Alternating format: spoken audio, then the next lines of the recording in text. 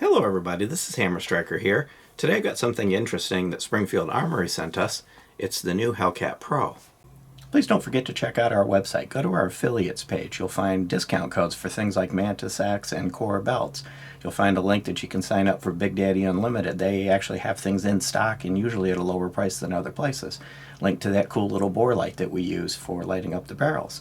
Use those links. It will often save you money, never will cost you any additional money, and helps the channel. Thank you. This is the latest in the evolution of the Hellcat series, and the interesting thing is the particular gun that I've got in my hand, as I'm filming it, officially doesn't exist. It gets released tomorrow on the 4th of March in 2022. So by the time you see this video, it will officially exist. It'll be on their website and it'll be available. They sent us this for a review, and it's actually quite interesting. They've upgraded a few things, and what you've got now is a 15-round Hellcat with a little bit longer barrel, 2-slot Picatinny rail, and a full-size grip. So you might think, well, you know, I've seen Hellcats with optics on it. Well, all of the pros are optics ready. This particular one, they sent it with this hex wasp on it. They aren't going to come with an optic, at least at this point. But they'll come optics ready, and there'll be a little plate that covers that optics slot that you can remove to put the optic of your choice on. And of course they are designed for things like the Wasp that are a little bit narrower. You don't want to put a full-size optic on it and have it be sticking out, because one of the things you'll notice about this is it's 1 inch thick. So it retained the thin nature of the original Hellcat and just added some grip and barrel length, but you still got a very thin gun. So you might think, well, what else is out there that's 15 rounds? You might compare it to this Glock 19. So Glock 19 holds 15 rounds, and both of these are chambered in 9mm, and they're similar in size. The Glock's a little bit longer, and the Glock's a little bit shorter. But look at them. Look at the difference. Look how thick the Glock looks by comparison to the Hellcat. And the Glock is kind of regarded as a fairly thin gun, but the Hellcat makes it just look that much thicker. So what they've done is given you all the capacity in something like this, and this weighs probably about 26, 27 ounces, whereas this Hellcat weighs 21 ounces. So you got all the capacity of something like that Glock 19 Compact in a much smaller, lighter package that's very comfortable to hold and very ergonomic. They've got the same grip texture on this that they have on the other Hellcats. It's a set of pyramids. There's tall ones and short ones.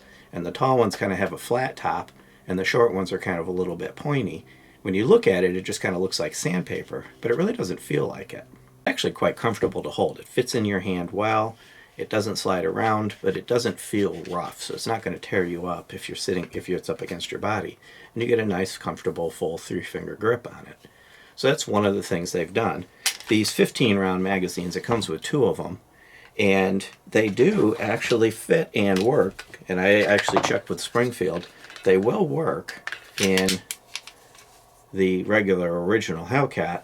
They're not planning on selling the grip sleeves independently, so you couldn't go buy a grip sleeve, at least at the moment, to cover the ones that come with the Pro. However, if you buy the 15-round magazine for the original Hellcat, it comes with the sleeve, and you can pull the sleeve off. It sits on there kind of tight, but effectively underneath you've got a 15-round magazine. So they've got the same magazine compatibility that they've done in many of their other guns. And since I happen to have this out at the moment, this is an optics-ready Hellcat with a Shield SMSC on it, and you'll see that the original Hellcat is shorter, and it's shorter in both dimensions. And you would expect that, but for that extra 4 rounds, because the original Hellcat holds 11, for that extra 4 rounds, it's not that much bigger, but it does give you that kind of that full-size feeling. You've got a much larger grip on it, a little bit longer sight radius, and a little bit more rail space. So there are some advantages to that slightly larger footprint. And I've mentioned sizes a couple times. Let's just go through the numbers. It's 6.6 inches long front to back. It's 4.8 inches when it has the optics plate in it. So with the flush mag to the top, it's 4.8 inches. Of course, if you put an optic on it, that's going to increase the height. And it's 1 inch thick, and it weighs 21 ounces. So one of the next things that you might wonder, of course it'd be easier to get rid of the mag for this, is trigger. Did they wreck the trigger? No, they didn't. So there's a little bit of take up. Nice crisp break. Just a bit of a wall to pull through, but it's really nice. There's the reset. It's not the shortest reset on the planet, but it's a very nice reset, and you're right back on the wall. And then a little wall to pull through and the break. And I'll do it again, but I'll go all the way out. So there's the reset, and then that's all the way out. So it's a decent reset. One of the things that I did notice with this, the original Hellcat, there were a lot of complaints that if somebody pulled the trigger incorrectly and then tried to recover by pulling the tab, it wouldn't fire. They'd be stuck. That doesn't seem to be the case here. If I pull it incorrectly and then correct my finger, it will pull the trigger. I'm not going to worry about that even on the original gun. The only way I was ever able to duplicate that is intentionally doing it wrong. And then you're pulling the trigger incorrectly and then coming around. But it seems like the little bit of refinement they've done has ensured that even if you make that mistake and to correct your finger position, it will pull the inertial safety down and actually allow the trigger to break. So not only is the trigger as nice as it was, it's slightly improved, at least preventing that particular operational mistake. So let's talk about the sights. So it's a U-dot sight, just like the original Hellcat, but the front sight is a fiber optic with a luminescent ring around it. So the ring itself will glow, and then internally, I'm sorry, it's not a fiber optic, it's tritium. Internally, there's a tritium vial, so it's a true night sight. That little bit of a luminescent ring makes it real easy to spot, and then of course you line it up in the U. Now, I've got an optic on it, so more likely I'm going to use the optic. So this optic has a 3.5 MOA dot, and I know the dot looks absolutely hideous. It's not. Cameras do very terrible things to red dots. So the dot is actually a very nice crisp dot, easy to see and easy to line up on. It's just cameras don't like them, so they blow the dots out of proportion. With 3.5 MOA, it's a little bit bigger. It's not necessarily a precision bullseye dot. It's designed for fast acquisition. You find the dot quick and you get on the target and get accurate shots. Some people will go a little bigger, some people will go a little bit smaller, but 3.5 is kind of right in the middle of the various choices you might get for the red dots. With this setup and the recess and the low profile red dot, you could co-witness. So you can still use your sights through the red dot. So if the red dot were to fail, your sights are still operational. And that's important to a lot of people that you have that backup. As I mentioned earlier, it's got a 2-slot Picatinny rail, front and rear serrations, and both sets of serrations are useful. They're deep enough to get a hold of and operate. Sights are dovetailed and you can change them if you want. If you don't have a red dot on it, this sight is designed to also be able to use to rack off. So you could rack it off your belt or your boot or something like that.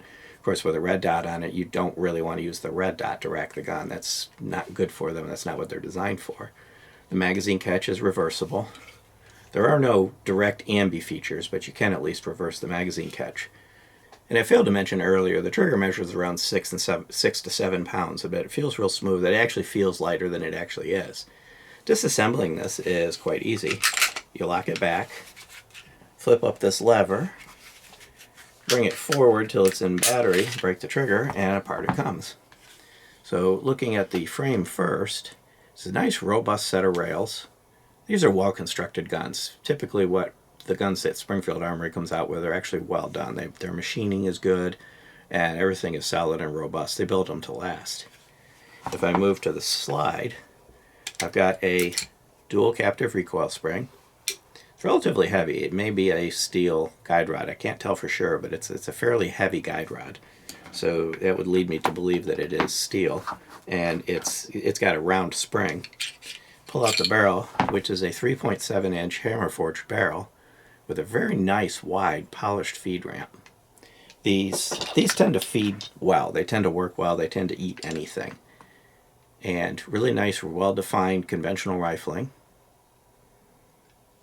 The barrel and the slide and the other metal components are coated with melanite, which is Springfield's coating that they use, and it's a really durable, robust coating that holds up well. Reassembling is as easy as disassembly. Just put the barrel back in, put the spring in, make sure it's lined up, slide it back together, lock it up, drop the lever, and you're back in operation. Easy to maintain, easy to live with, no tools needed. So it's all in all, it's a good gun from one end to the other. Now there is one thing that I can't report on, and that's firing it at the range.